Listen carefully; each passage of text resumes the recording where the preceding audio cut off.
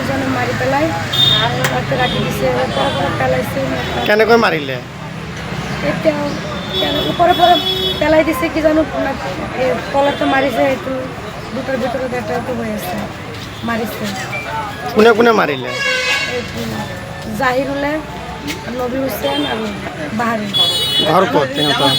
বাহাৰুলৰ ঘৰ পটুৱাটি, জাহিৰুলৰ ঘৰ নবী হুছেইনৰ ঘৰ তৰণী। কিবা আগৰ পৰা সংঘাত আছিল নেকি? কিবা আছিলে কি জানো কেতিয়া মাৰিছে বুলি খবৰ পাইছে আপোনালোকে? 12টা বাজে। কেতিয়া জেগাটো ক'ত আছিল? কোনটো ঠাইত মাৰিলে? তামিলনাডু। এইটো আমাৰ ভতিজা জোৱাই আছিলে ইক্ৰামুল হক। তাই বহুত দিনৰ পৰা তামিলনাডুতে থাকে, তাতে কাম কৰে। এতিয়া তাৰ লগত থকা আৰু 3 বন্ধু মিলি তাৰ প্ৰতি 4 বন্ধু একলগত আছিলে এখন ৰুমতে। কালি তাক ইয়াতে 3জনে মিলি মাৰি পেলালে। কোনে কোনে মাৰিলে?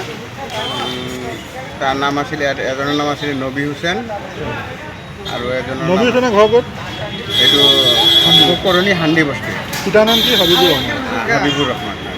আৰু বাকী দুটা? আৰু এজনৰ নাম আছিলে মই নামটো বিশেষকৈ ভালদৰে নাজানো। ক'ৰ হয় আৰু বাকী দুজন? এজন কটৰাটিৰ হয়, 2জন কৰণীৰ হয়। 2জনৰ ঘৰ হান্দি বস্তিত। যিজন ল'ৰাক যে মাৰিলে তেওঁৰ নাম কি? ইক্ৰামুল হক। ঘৰ ক'ত তাৰ? কটৰাটি। কিবা আগৰ পৰা সংঘাত আছিল নেকি? সংঘাত নাই, তাৰমানে হোটেল এখন লৈ কিবা সংঘাত চলি আছিলে, এইটো আমি গম পাওঁ। তেওঁলোক কাৰোবাক এতিয়া ক'ত হত্যা হৈছিলে? তামিলনাডু। কেতিয়া হত্যা কৰিলে? কালি ৰাতি 11টামান বজাত আমি খবৰ পালোঁ, পটককৈ মোক খবৰ আহিল। কেনেকৈ হত্যা কৰিলে বুলি খবৰ পাইছে? লগৰ এজন মানুহে আমাক ফোন কৰিছে, ইক্ৰামুলক মাৰি পেলালে। কেনেকৈ মাৰি পেলালে বুলি কৈছিল কথাটো? এতিয়া ছাদৰ ওপৰতে মাৰিছে, মাৰি কিনে ছাদৰ পৰা পেলালে। তাত কোনোবা পুলিচে আটক কৰিছে নেকি? এতিয়া বৰ্তমান 3জনী পুলিচৰ আওতাতে আছে।